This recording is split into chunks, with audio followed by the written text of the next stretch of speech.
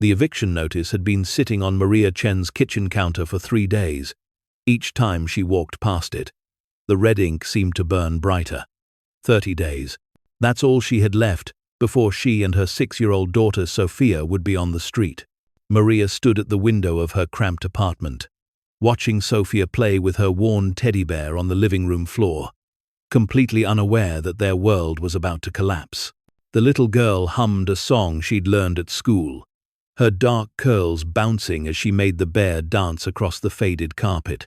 At 34, Maria had thought she'd have it figured out by now.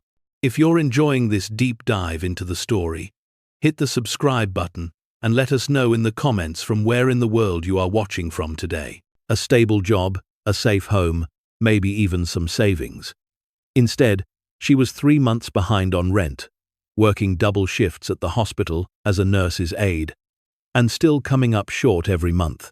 Her ex-husband, Antonio, had disappeared 2 years ago, leaving nothing but debt and broken promises. "Mama, are you okay?" Sofia's voice pulled her back to the present. Maria turned, forcing a smile that felt like it might crack her face.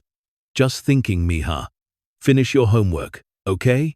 That evening, after Sofia was asleep, Maria sat at her laptop scrolling through rental listings with tears streaming down her face.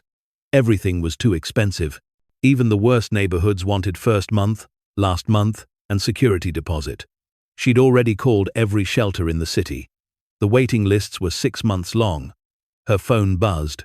A text from her older sister, Carmen, in Phoenix. "I wish I could help, but with Miguel's medical bills, we're barely making it. I'm so sorry, Maria." Maria typed back a quick reply saying she understood, then set the phone down and buried her face in her hands. She'd always been the responsible one, the one who made good choices, worked hard, did everything right. How had it all fallen apart so completely? At 2 in the morning, unable to sleep, she found herself scrolling through obscure classified ads online, something she'd never done before. Craigslist, Facebook Marketplace, old newspaper archives. She didn't even know what she was looking for, just something, anything, that might offer a way out. That's when she saw it, posted on an obscure regional classified site, dated just 3 days earlier. Vintage railway passenger car, 1,938 Union Pacific, located on private property, Carson Valley, Nevada. As is condition. Needs restoration.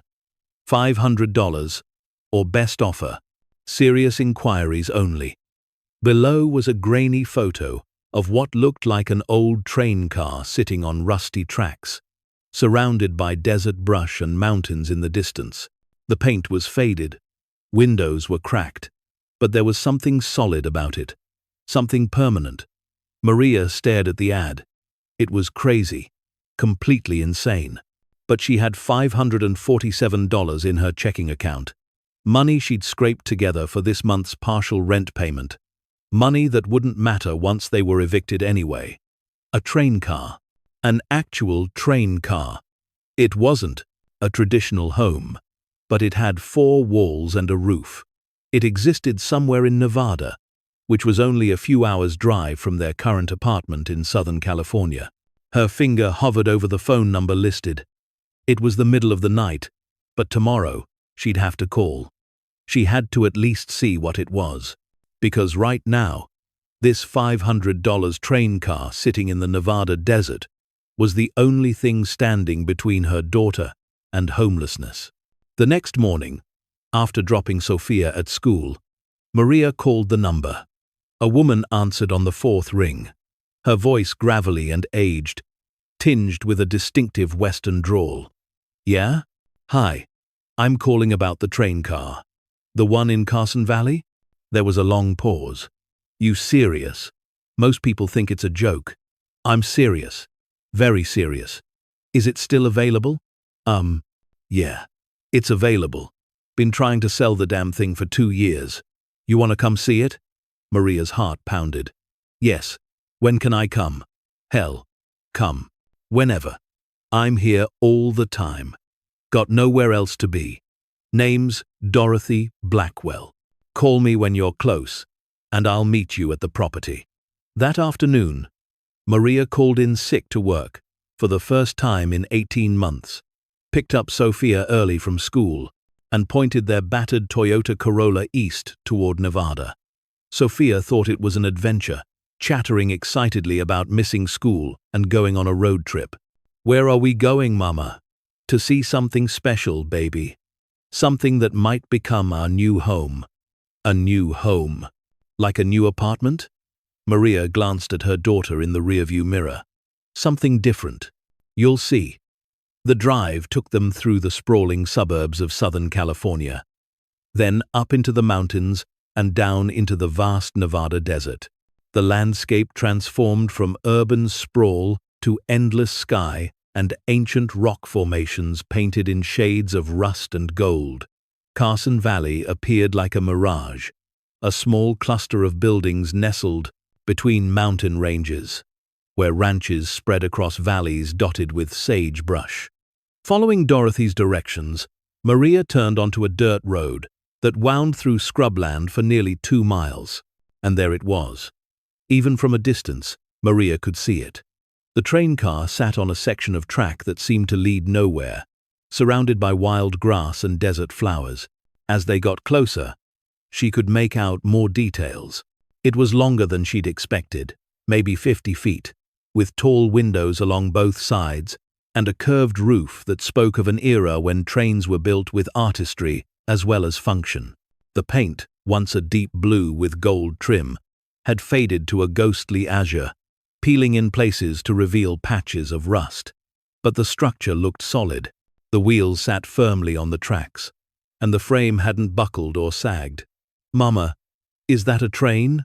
Sofia's eyes were wide with wonder. Yes, baby. That's a train car. A pickup truck was already parked nearby. A woman emerged, probably in her late 70s, wearing jeans, boots, and a denim shirt. Her silver hair was pulled back in a braid, and her face was weathered by decades of desert sun. You must be Maria. I'm Dorothy.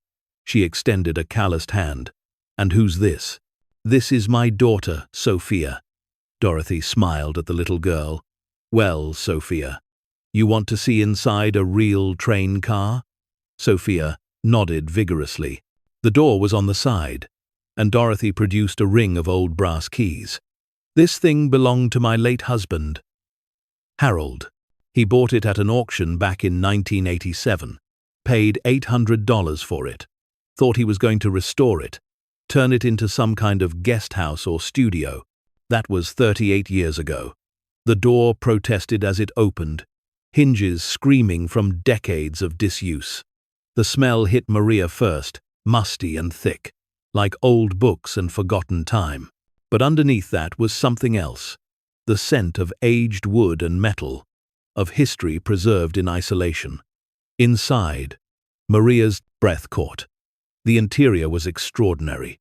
2 rows of bench seats lined both walls, their leather cracked but still intact. The ceiling was curved and paneled with dark wood that had somehow survived. At the far end was a small area that looked like it might have been a porter's station or service area, with built-in cabinets and a tiny counter.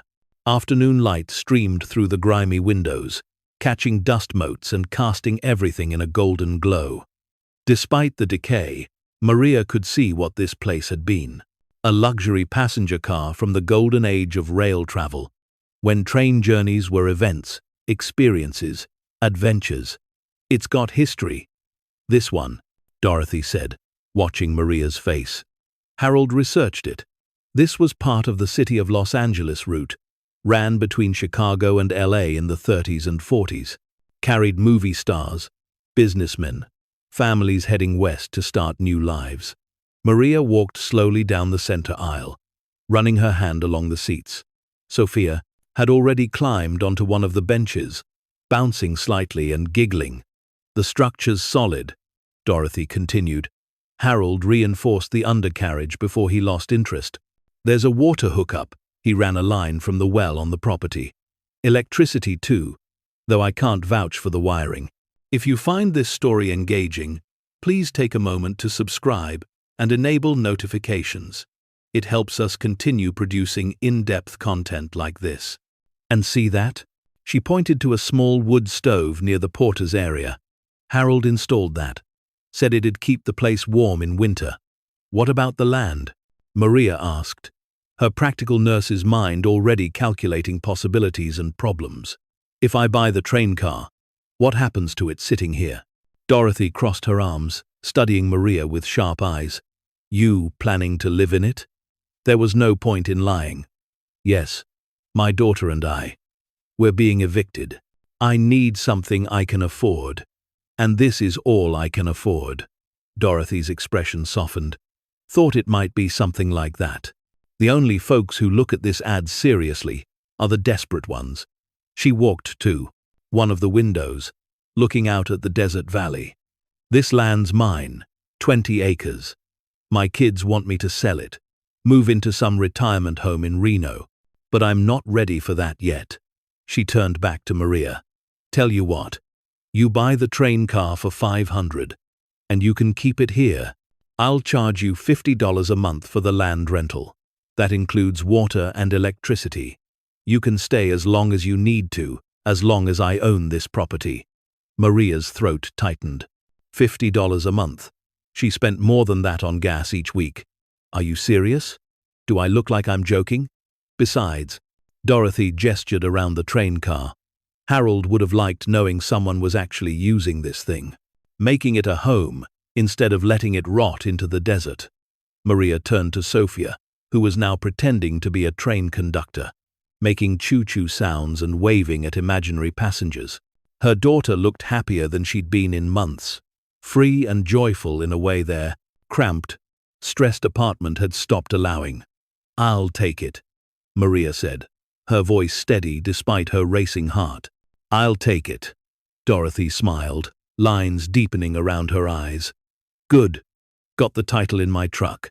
We can do the paperwork right now if you want. 30 minutes later, Maria held a handwritten bill of sale and a key ring with 3 brass keys. She'd just spent $500, nearly every cent she had, on an abandoned train car in the middle of the Nevada desert. It was the craziest thing she'd ever done, and somehow, it felt like the first right decision she'd made in years.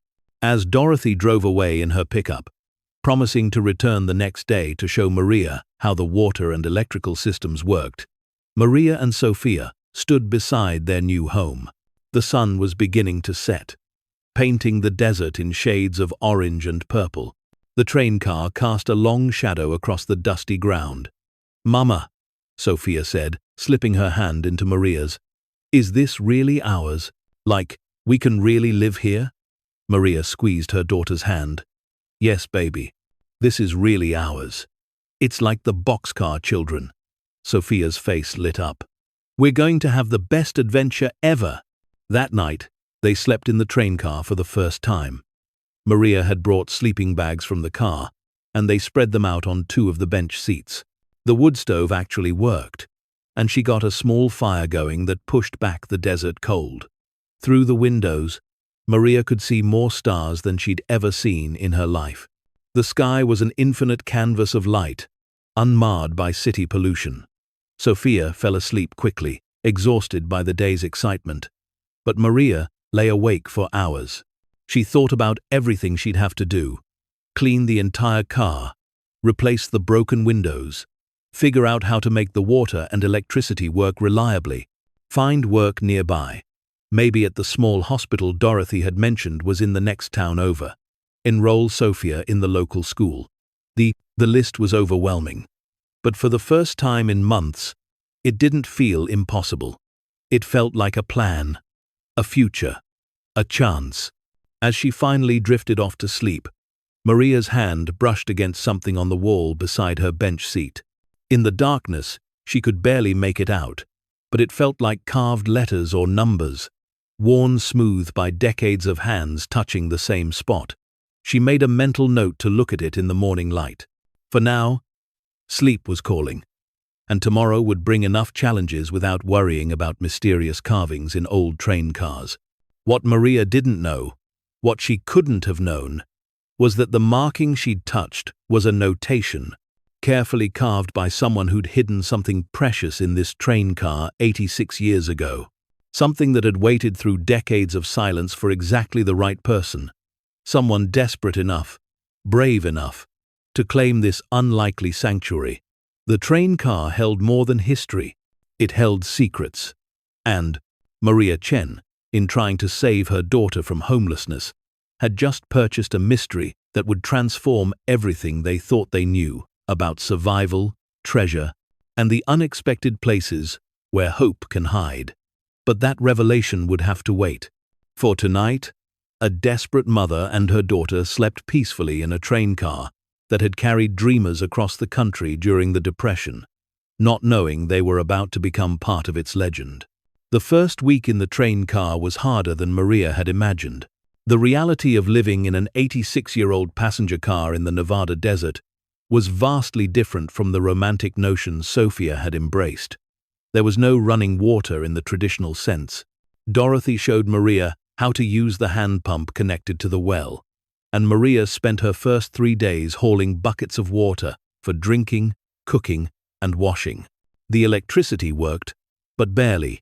Enough to power a small lamp and charge their phones, but not much else. The bathroom situation was perhaps the most challenging.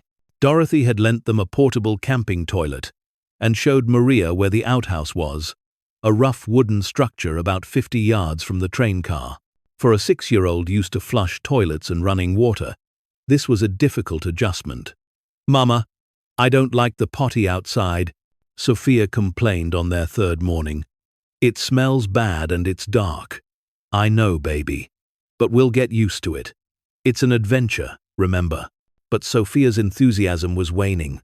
She missed her friends, her old school, the apartment that, despite its problems, had been familiar and comfortable. Maria could see the realization setting in. This wasn't a fun camping trip. This was their new reality. During those first days, Maria threw herself into making the train car livable. She scrubbed every surface with borrowed cleaning supplies, removing layers of dust and grime. She duct-taped plastic sheeting over the broken windows to keep out the cold desert nights. She organized their few belongings into the built-in cabinets and storage areas. The train car began to look less like an abandoned relic and more like a quirky, unconventional home. Maria hung sheets as room dividers, creating a small private sleeping area for Sofia near the rear and a separate space for herself. She arranged Sofia's toys on one of the bench seats, creating a play area. She set up a small camping stove in the porter's area for cooking.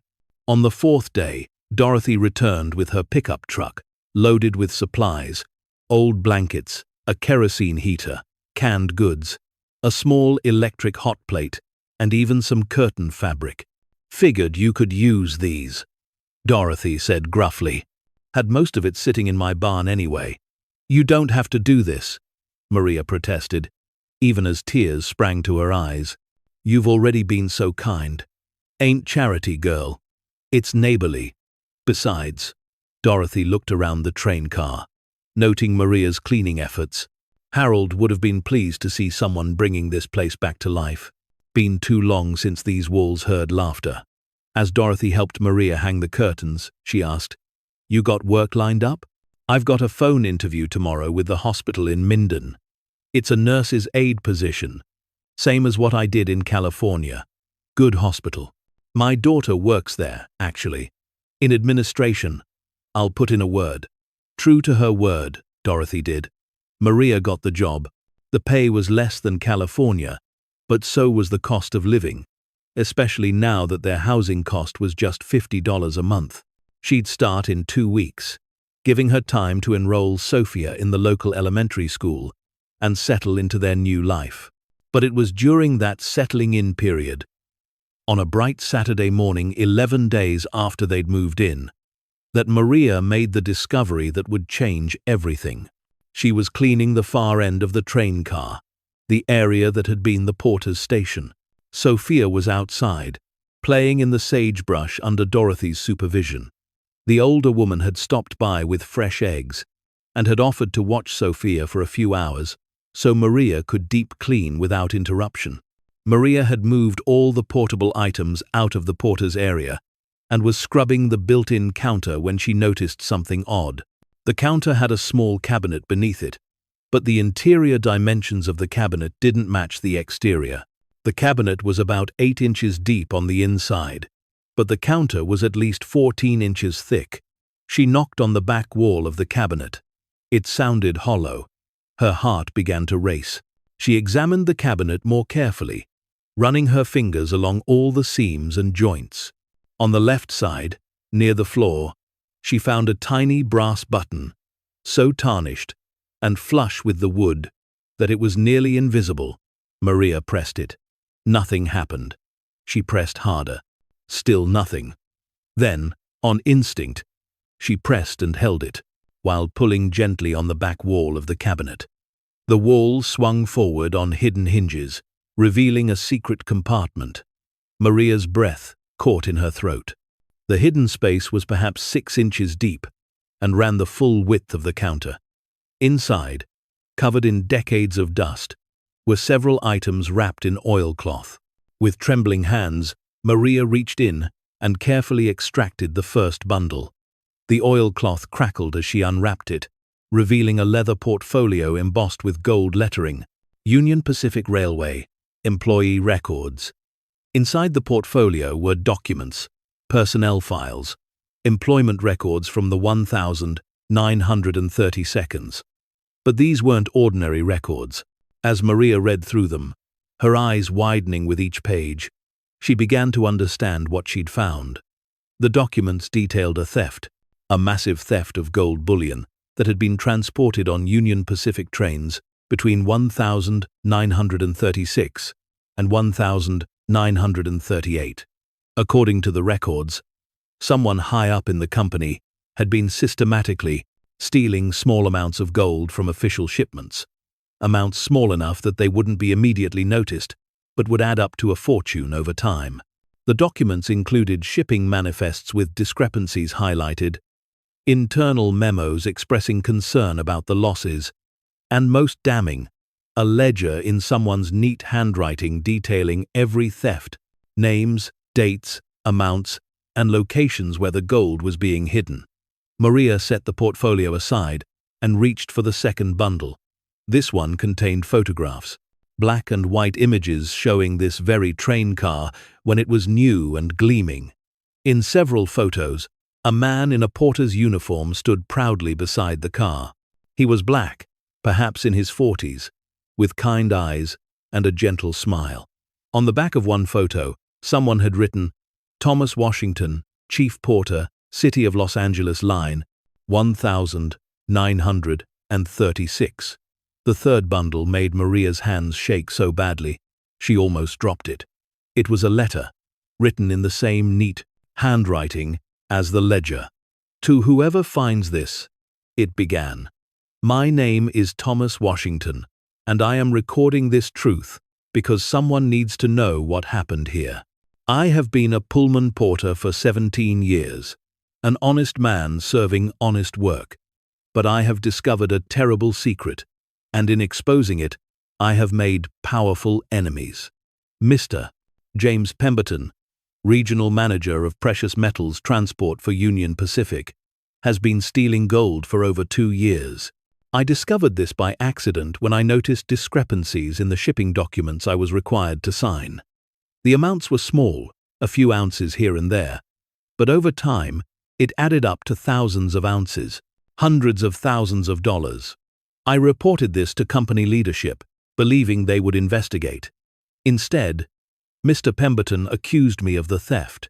As a black man with no social standing against a wealthy white executive, I knew I would not receive justice through official channels. They would believe him, not me.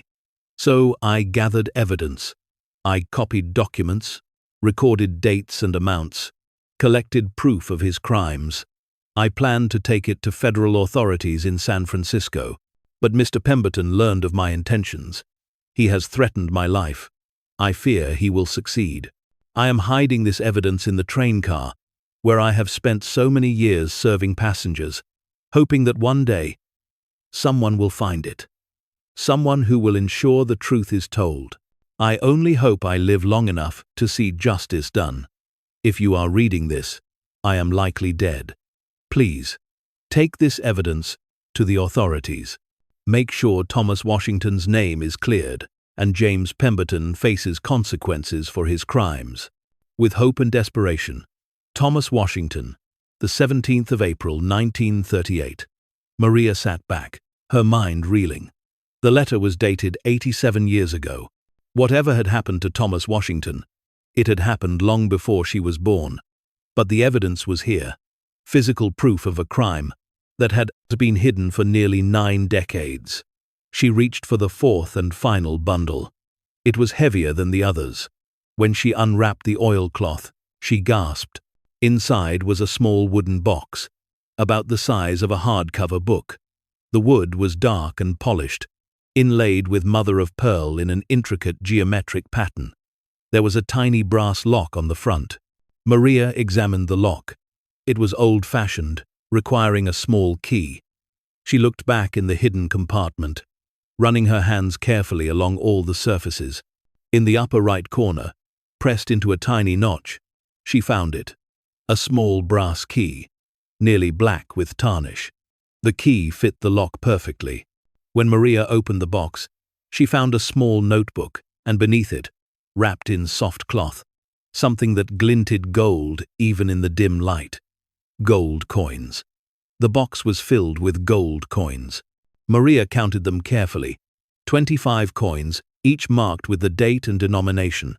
American gold eagles, from 1,936 and 1,937. Each coin was 1 ounce of pure gold. At current gold prices, which Maria knew from news reports was around $2,000 per ounce, these 25 coins were worth approximately $50,000. But it was the notebook that made Maria's breath stop completely. Inside, in Thomas Washington's neat handwriting, was a list, a complete inventory of where James Pemberton had hidden the stolen gold. Multiple locations throughout Nevada and California, train stations, warehouses, private properties, and one entry, circled and starred, read, Primary cache, 847 ounces, property near Carson City, Nevada. Coordinates, 39,1600, 38 N, 119,774 W, buried 6 feet deep, marked by 3 stones in triangle formation. Maria grabbed her phone, hands shaking, and pulled up a map application. She entered the coordinates. Her heart nearly stopped. The location was less than half a mile from where she sat.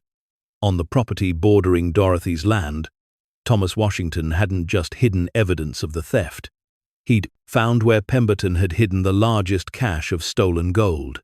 And he'd left a map to it, 847 ounces of gold. At $2,000 per ounce, that was nearly $1.7 million. Maria sat in stunned silence, surrounded by documents and gold coins, trying to process what she'd just discovered. She'd bought a $500 train car to keep her daughter from being homeless. Instead, she'd stumbled onto a fortune that had been waiting 87 years for someone to find it.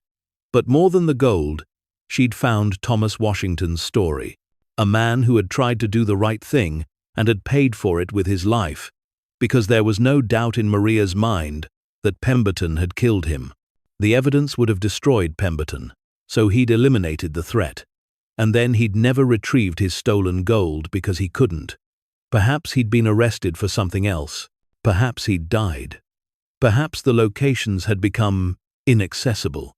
Whatever the reason, the gold had stayed buried all these decades, until a desperate single mother had bought an abandoned train car and found the secret hidden in its walls. Maria's first instinct was to grab Sofia, drive to the coordinates, and start digging. But she forced herself to stop and think. This was bigger than just treasure hunting. This was historical. This was evidence of a crime and of Thomas Washington's courage in exposing it. She needed help. She needed someone she could trust. Dorothy. Dorothy would know what to do. Maria carefully rewrapped everything except the letter and the small wooden box with the gold coins. She took photos of every document with her phone, backing them up to the cloud. Then, she hid everything back in the secret compartment, pressing the brass button to close the hidden panel. She walked outside, where Dorothy sat in a folding chair, watching Sofia chase a lizard through the sagebrush. "Dorothy, I need to show you something. Something I found in the train car." The older woman studied Maria's face. "You look like you've seen a ghost, girl. What'd you find?" "Not a ghost. A treasure. And a story that needs to be told." Dorothy called her daughter, Rebecca, who arrived within an hour. Rebecca worked in hospital administration, but had a law degree and, according to Dorothy, a level head for complex situations. The three women, plus Sofia, who was given crayons and paper to keep her occupied, sat in the train car, while Maria showed them everything she'd found. She started with Thomas Washington's letter, then the documents, the photos, the ledger, and finally, the wooden box with the gold coins and the coordinates. Rebecca read through everything twice, her expression growing more serious with each page. When she finished, she sat back and let out a long breath. "Maria, do you understand what you have here?" "I think so. Evidence of a crime from 1938 and a map to stolen gold. It's more than that. This is a piece of history. Thomas Washington was a black man in the 1932 who tried to fight corruption and was almost certainly killed for it. His story deserves to be told. He deserves justice, even 87 years late." "But what about the gold?" Maria asked, thinking of her daughter, of their precarious situation, of medical bills and school expenses, and a future that had seemed so uncertain just days ago. Rebecca met her eyes. "The gold, if it's really there, and if it can be legally recovered, could be yours. But we need to do this the right way. We need to contact historians, possibly law enforcement, definitely an attorney who specializes in this kind of find. The last thing you want is to dig up treasure and then lose it to legal challenges. How long will that take? Could be months, could be years. But if we do it right, you'll be able to keep what's rightfully yours. And Thomas Washington's story will be told properly." Dorothy spoke up. The coordinates Thomas wrote down. "They're on the old Henderson Ranch. Been abandoned for 30 years. Properties tied up in some kind of estate dispute. Nobody's allowed on it. Which means," Rebecca said, "we definitely can't just go dig it up. We need legal access, proper permits, archaeological oversight probably." She smiled at Maria's disappointed expression. "I know it's not what you want to hear, but think long term. Do this right, and you'll have not just the money, but a clear legal claim to it. Do it wrong, and you could end up with nothing and possibly facing charges for trespassing or theft." Maria knew Rebecca was right, but it was hard to be patient when financial security was literally buried in the ground half a mile away. Over the next 3 weeks, Rebecca coordinated with a historian at the Nevada State Museum, a professor of American history at the University of Nevada, Reno, and an attorney who specialized in treasure trove law. They authenticated the documents, confirmed that Thomas Washington had indeed been a porter on the City of Los Angeles line, and discovered that he had been reported missing in May of 1938, just 1 month after the date on his letter. James Pemberton, the man Thomas had accused, had died in 1952, wealthy and respected, his crimes never exposed. Until now, the story hit the local news first. Hidden documents reveal 1,938 gold theft and Porter's heroic stand. Then it went regional, then national. Within a week, Maria's train car was surrounded by news vans, and she was being interviewed by major networks about the incredible discovery. The wooden box with the 25 gold coins was authenticated, and, after legal review, deemed to be Maria's property as the rightful finder. She sold them for $52,000, enough to purchase the train car property outright from Dorothy, make serious improvements, and have a financial cushion for the first time in her life. But the real treasure, the 847 ounces Pemberton had buried, was still underground, still waiting. The legal process to gain access to the Henderson property took 4 months. During that time, Maria started her job at the hospital. Sofia enrolled in school and made friends, and their train car home became increasingly comfortable as Maria made improvements with her newfound financial stability. Dorothy became like a grandmother to Sofia, teaching her about desert plants and wildlife, telling her stories about the old days. Rebecca became a friend and advocate, helping Maria navigate the complex legal and media landscape. And every night, Maria would read Thomas Washington's letter again, feeling a connection to this man across the decades. He'd tried to do the right thing. He'd hidden the evidence, hoping someone would find it. He'd left the gold coin cash as insurance, perhaps, or as payment for whoever would finally tell his story. In early March, 8 months after Maria had first found the hidden compartment, the legal clearances finally came through. A team of archaeologists, historians, and legal observers gathered at the Henderson property, along with Maria, Rebecca, Dorothy, and a crowd of media. Using ground-penetrating radar, they confirmed the presence of metal objects buried at the exact coordinates Thomas had written. The dig began carefully, archaeologically, documenting every layer. 6 feet down, they found it. A large metal box, heavily corroded but still intact. Inside, wrapped in oilcloth that had partially deteriorated, were gold bars. Not coins, but actual bullion bars, each stamped with the Union Pacific seal and a date. The archaeologists counted them carefully. 34 bars, each 25 ounces, 850 ounces of gold. At current market prices, the cash was worth $1.7 million. The legal determination took another 3 months, but the conclusion was clear. The gold had been stolen from Union Pacific Railway, but Union Pacific no longer existed as that entity, having been absorbed and reorganized multiple times over the decades.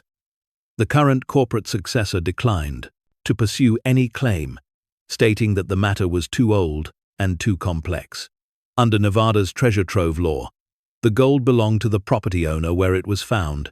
The Henderson estate, after being presented with the evidence and facing the complicated legal implications, agreed to a settlement, 70% to Maria, as the finder who had provided the map, 30% to the estate.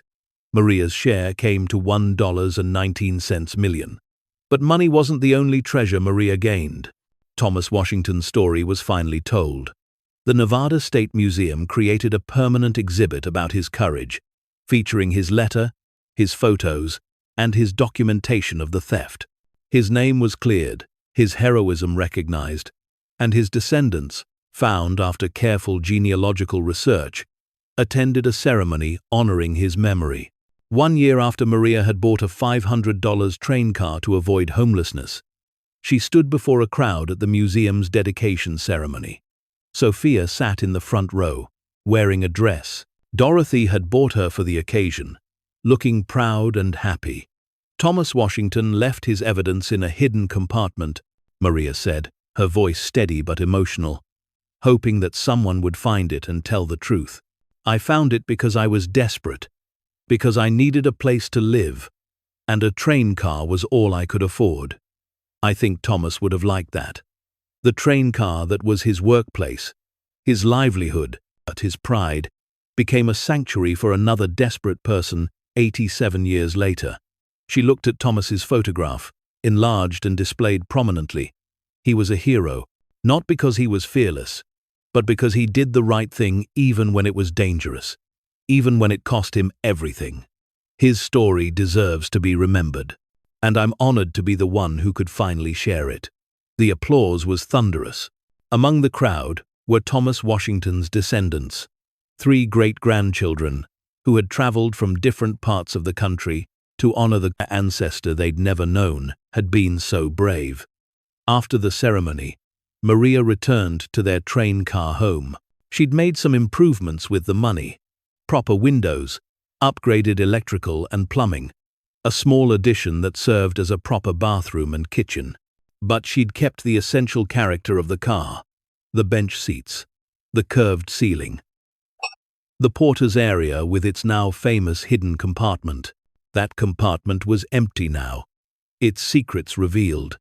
But Maria had added something new: a framed copy of Thomas Washington's letter, hung on the wall where anyone visiting could read it. Below it, she'd placed a small brass plaque: "In memory of Thomas Washington, 1894 to 1938. Porter, hero, truth-teller. This train car was his workplace and his witness. May his courage never be forgotten." Sofia came to stand beside her mother, looking up at the plaque. "Mama, do you think Mr. Thomas knows we found his treasure?" Maria pulled her daughter close. "I think he does, baby. I think he's been waiting a very long time for someone to find it, for someone to tell his story. I'm glad it was us." "Me too, Mija. Me too." That night, after Sofia was asleep, Maria sat on the steps of the train car, looking out at the desert stars. The land around her was her own now, purchased with the gold coins from Thomas's box. The train car was fully restored and secure. Sofia's college fund was established. Their future was no longer a source of anxiety, but of possibility. But more than the money, more than the security, Maria had gained something else. She'd gained a story, a connection to a man she'd never met, who'd fought for what was right. A reminder that sometimes the most desperate circumstances lead to the most extraordinary discoveries. Thomas Washington had hidden his evidence, hoping for justice. He'd left his map hoping someone would find the truth. And Maria Chen, a single mother desperate enough to buy a $500 train car to keep her daughter sheltered, had been the right person at the right time. The train car had saved them from homelessness. Thomas's treasure had given them financial security, but his story had given them something even more valuable: a legacy of courage to carry forward. Maria thought about the eviction notice that had started this whole journey. That piece of paper with its red ink and 30-day deadline had felt like the end of everything. Instead, it had been the beginning of an adventure that had led her to a train car, to a hidden compartment, to a truth that had waited 87 years to be told. She looked up at the stars, the same stars Thomas Washington would have seen on nights when he rode these rails across the country. "Thank you," she whispered. "Thank you for leaving your story for us to find. Thank you for trusting that someone would come. Someone desperate enough, brave enough, to look in the hidden places." A warm breeze blew across the desert, rustling the sagebrush and carrying the scent of wildflowers. In that moment, Maria could almost feel Thomas's approval, his relief that finally, after all these decades, the truth was known. The train car stood solid and permanent on its tracks, no longer going anywhere but having completed its most important journey. From workplace to witness to sanctuary to treasure keeper, it had served well, and in the hands of Maria and Sofia Chen, it would continue to serve. A home built on the foundation of one man's courage and another woman's desperate hope. Some treasures are measured in gold, others in stories told, in justice finally served, in the connections forged across time between strangers who shared the same values: truth, courage, and the determination to do what's right, no matter the cost. Maria had found both kinds of treasure in a $500 train car, and in doing so, she'd proven what Thomas Washington had believed all those years ago: that one person's stand for truth could echo through the decades, that courage never truly dies, and that sometimes the most unlikely sanctuaries hold the most extraordinary secrets. The stars wheeled overhead in their ancient patterns as Maria went inside, closing the door of the train car that had changed her life. Tomorrow would bring new adventures, new challenges, new joys. But tonight, in this sanctuary that had sheltered them both desperate and brave, mother and daughter rested, secure in the knowledge that they were exactly where they were meant to be. And somewhere, in whatever peace the departed find, Thomas Washington finally rested too, his story told, his courage honored, his faith in humanity's goodness justified at last. 2 years had passed since the discovery that changed everything. Maria stood in the doorway of the train car, watching the sunrise paint the Nevada desert in shades of gold and amber. The familiar landscape had become more than just a view. It was home in a way she'd never experienced before. The train car barely resembled the rusty relic she'd purchased for $500. Professional restoration had preserved its historical character while adding modern comfort. The exterior gleamed with fresh paint in the original Union Pacific colors, deep blue with gold trim. The windows were authentic reproductions, the brass fixtures polished to a warm glow. Inside, the transformation was even more dramatic. The bench seats remained, restored to their former glory, with new leather that matched the original burgundy color, but now they were supplemented with custom cushions, hand-woven by a local artisan, in patterns that honored both the train's heritage and Maria's Mexican roots. The porter's area had been converted into a modern galley kitchen, with stainless steel appliances hidden behind wood panels that matched the original cabinetry. A small but efficient bathroom occupied an addition at one end, designed to blend seamlessly with the historic structure. But Maria had insisted on keeping one thing exactly as it was, the hidden compartment. The brass button remained in its original position, and the secret panel still swung open on its concealed hinges. Inside now, instead of Thomas Washington's evidence, were items Maria had carefully curated, copies of the original documents, photos of the gold discovery, and letters from Thomas's descendants thanking her for revealing their ancestors' story. She'd also added something new, a journal of her own, documenting her family's journey, from desperation to security, from homelessness to home ownership, from uncertainty to purpose. One day, perhaps decades from now, someone else might find this hidden space and discover that the train car's story hadn't ended in 1938. It had continued, evolving with each person who'd found sanctuary within its walls. "Mama, are you ready? We're going to be late," Sofia's voice called from outside. Maria smiled and grabbed her keys. Today was special. Today was the dedication of the Thomas Washington Scholarship Fund, established with a portion of the treasure money. The fund would provide full college scholarships to descendants of Pullman porters and other railway workers, honoring Thomas's memory by investing in education and opportunity. Sofia, now 8 years old, had grown confident and articulate in their desert home. She'd become something of a local celebrity, the little girl who lived in the famous treasure train car. Her third-grade class had taken multiple field trips to the museum exhibit, and Sofia took pride in telling her classmates about Mr. Thomas, as she called him. As they drove toward Reno, where the scholarship ceremony would be held, Sofia chatted about school, about her best friend Emma, about the science project she was working on, about desert ecosystems. Maria listened, marveling at how much had changed. 2 years ago, Sofia had been anxious, withdrawn, sensing her mother's desperation even when Maria tried to hide it. Now she was thriving, secure in the knowledge that they had a home, that they were safe, that the future held possibility instead of fear. The scholarship ceremony was held at the University of Nevada's main campus.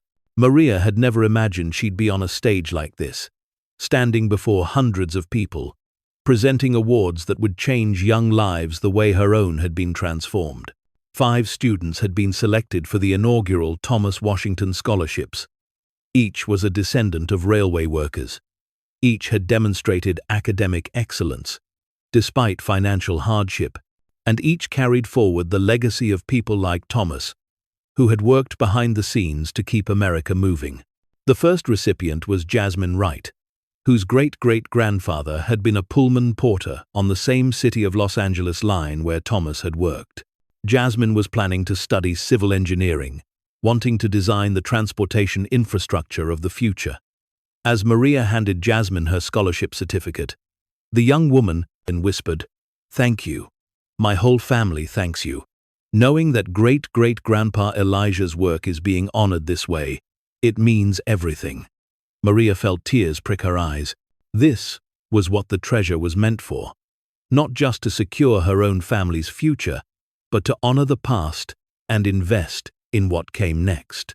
After the ceremony, there was a reception. Maria found herself surrounded by people.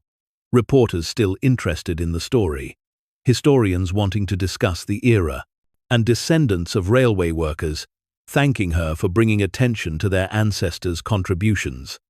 But it was an elderly man in the corner who caught Maria's attention. He stood alone, studying a display of photographs from the train car discovery. Something about the way he gazed at Thomas Washington's portrait made Maria approach him. "Hello, I'm Maria Chen." The man turned, and she saw tears streaming down his weathered face. "I know who you are. You're the woman who found my uncle's truth." Maria's breath caught. "Your uncle? Thomas Washington was my mother's brother. I'm Samuel Washington. I was born in 1940, 2 years after Uncle Thomas disappeared.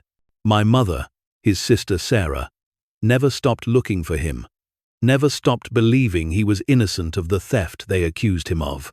Samuel's voice broke.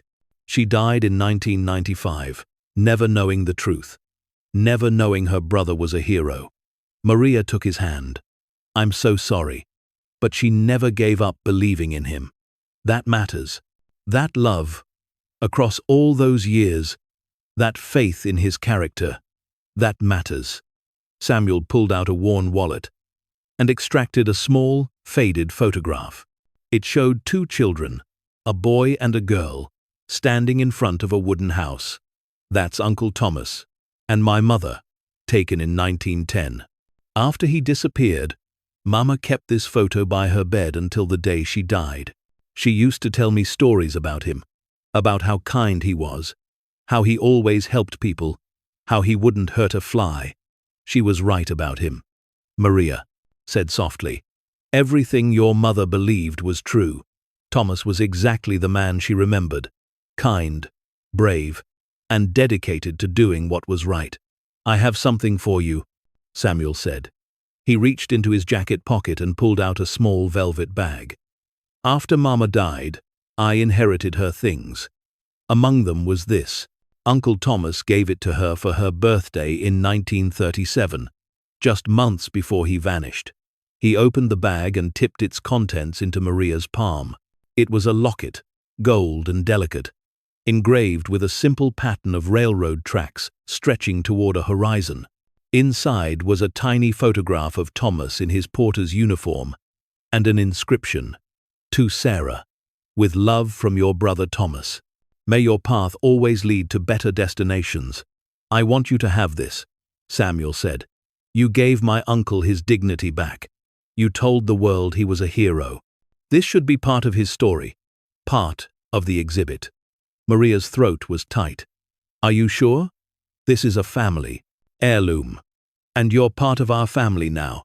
Anyone who fights for Thomas's memory the way you have, your family." Samuel closed her fingers around the locket. "Besides, Uncle Thomas would want it to be where his story is told. At the museum, in the train car, wherever people can see that he wasn't just a thief who disappeared. He was a brother, an uncle, a good man." That evening, Maria and Sofia returned to the train car as the sun was setting. Dorothy was waiting for them, sitting in her favorite chair outside, the one she'd brought over the first week they'd moved in and never taken back home. At 80 years old, Dorothy had become frailer but no less sharp.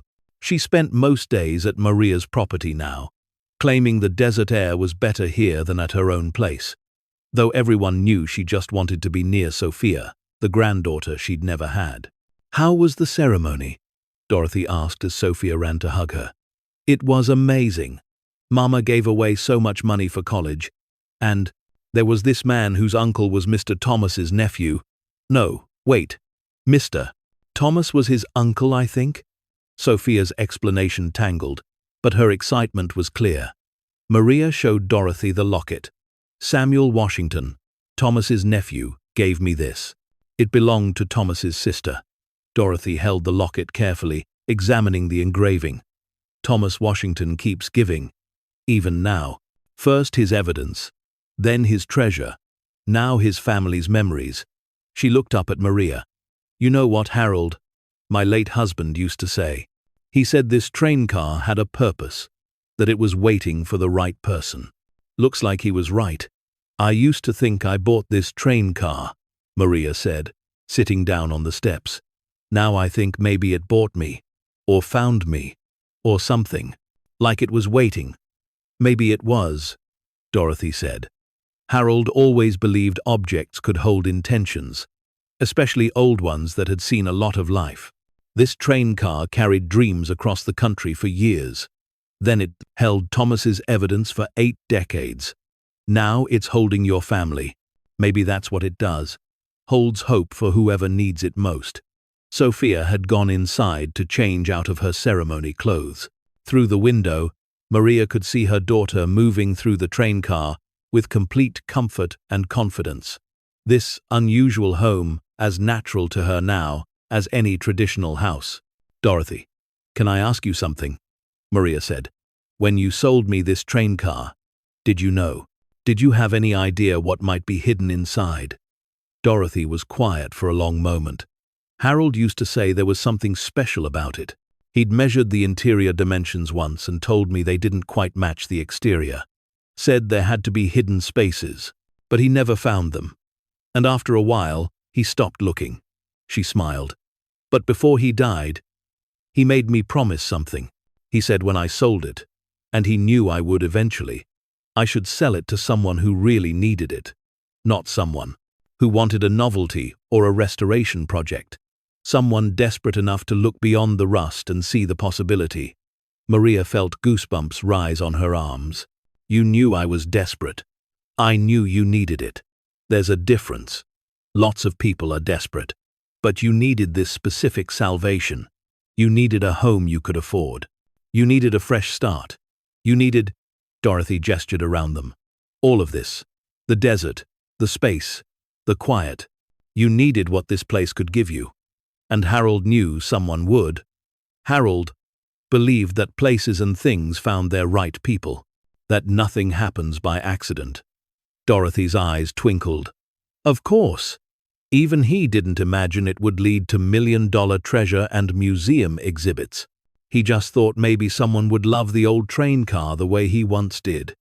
That night, after Sofia was asleep, Maria sat in the restored porter's area, the hidden compartment open beside her. She placed Samuel's locket inside, positioning it carefully next to the copies of Thomas's documents. Then she opened her own journal and began to write. May 15th. 2 years and 11 months since I bought this train car for $500. Today I met Samuel Washington, Thomas's nephew, and he gave me Thomas's sister's locket. I placed it in the hidden compartment, adding another piece to this place's history. I've been thinking about what Dorothy said, about Harold believing things find their right people. When I saw that classified ad, I was so desperate I would have considered anything. But I picked this ad, this specific train car. Out of all the possible options, I called Dorothy. I drove to Nevada. I said yes to something that seemed crazy. Was that coincidence? Or was there something about this place calling to me? I don't know if I believe in destiny or fate, but I believe in connection. I believe that Thomas Washington's courage created a ripple that moved through time. He hid his evidence, hoping someone would find to it. Someone who would care. Someone who would tell his story. And 87 years later, that someone was me. A desperate single mother who needed a home and found a purpose. Who needed shelter and found a legacy. Who needed hope and found it hidden in a secret compartment built by a man I never met but now carry with me always. Sofia asked me tonight if I think Mr. Thomas knows what happened. If he knows his treasure was found, his story told, his name cleared. I told her, I believe he does. I believe he's been watching all along, waiting for the right moment, the right person. Maybe that's magical thinking. Maybe it's just comfort in the face of randomness. But when I stand in this train car, when I touch the walls Thomas touched, when I look at his photograph and see the kindness in his eyes, I feel connected to something larger than myself. This train car has been a workplace, a witness, a hiding place, a home. It's held porters' dreams and stolen gold, evidence and secrets, desperation and hope. And now it holds us, my daughter and me, carrying forward the story of everyone who believed this place mattered. Harold was right. Things do find their right people. And I was the right person for this train car, at exactly the right time. Not just because I found the treasure, but because I understood what it meant. Because I honored Thomas. Because I used what I found to create something that lasts beyond money. The scholarship fund will help hundreds of students over the years. The museum exhibit will teach thousands of people about courage and justice. And this train car will stand here, solid and true, reminding everyone who sees it that ordinary people can do extraordinary things, that desperate circumstances can lead to unexpected destinations, that what looks like an ending might actually be a beginning, that sometimes a $500 train car is worth more than $1 million mansion, because it comes with a story that changes everything. I came here to survive. But I've found something better. I've found purpose. I've found community. I've found a legacy to protect and pass forward. And I've found home, not just a place to live, but a place that lives in me. Thank you, Thomas Washington, for your courage. Thank you for hiding the evidence that would clear your name. Thank you for leaving a map to the treasure. Thank you for believing that someone would come, someone who would care, someone who would make sure your story didn't die with you. I was that someone. And I promise you, as long as I live, as long as Sofia lives, as long as anyone who loves this train car lives, your story will be told. Your heroism will be remembered. Your sacrifice will mean something. You gave me a treasure. I give you immortality. It seems like a fair trade. With gratitude and respect, Maria Chen. She closed the journal and placed it back in the hidden compartment, next to Thomas's sister's locket. Then she pressed the brass button and watched the panel swing closed, protecting these precious memories for whatever future might come. 3 months later, on a warm August afternoon, Maria received a phone call that would add another chapter to the train car's story. The call came from a film production company in Los Angeles. They wanted to make a documentary about Thomas Washington, the gold theft, and Maria's discovery. We're not interested in sensationalizing it, the producer, a woman named Maria Chen, explained. We want to tell the real story.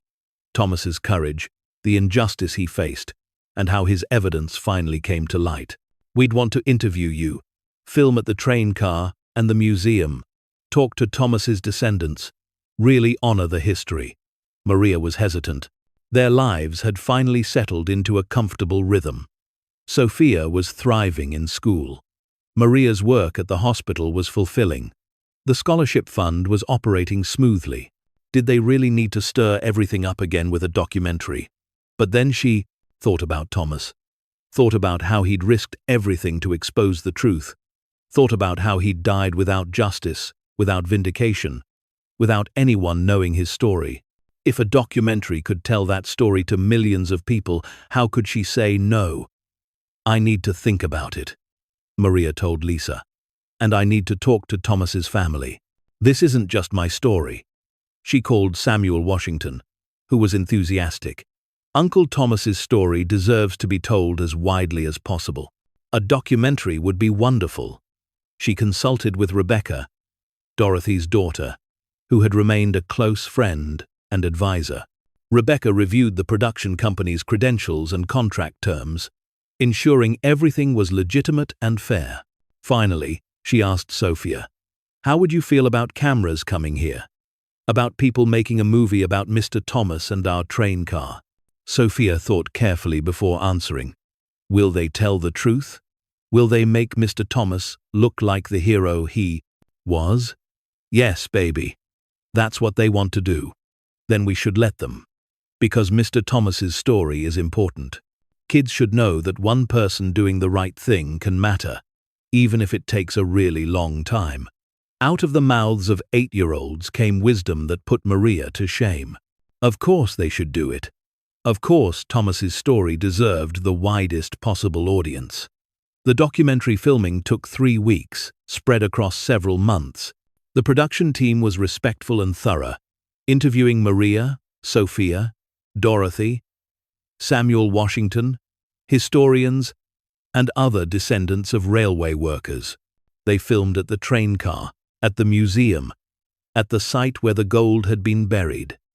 But the most emotional day was when they brought in a historical reenactor to portray Thomas Washington.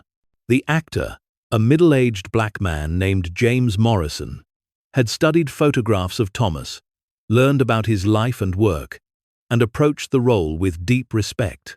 When Maria first saw James in Thomas's porter uniform, standing beside the train car exactly as Thomas had stood in the 1936 photograph, she burst into tears.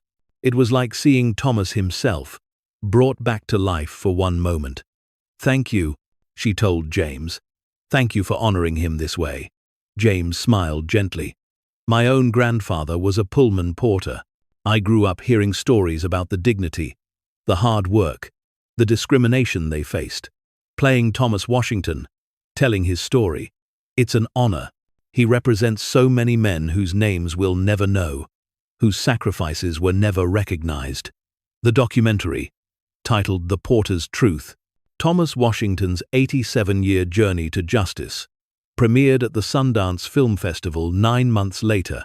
Maria, Sofia, Dorothy, and Samuel Washington attended together, sitting in a packed theater watching Thomas's story unfold on the screen.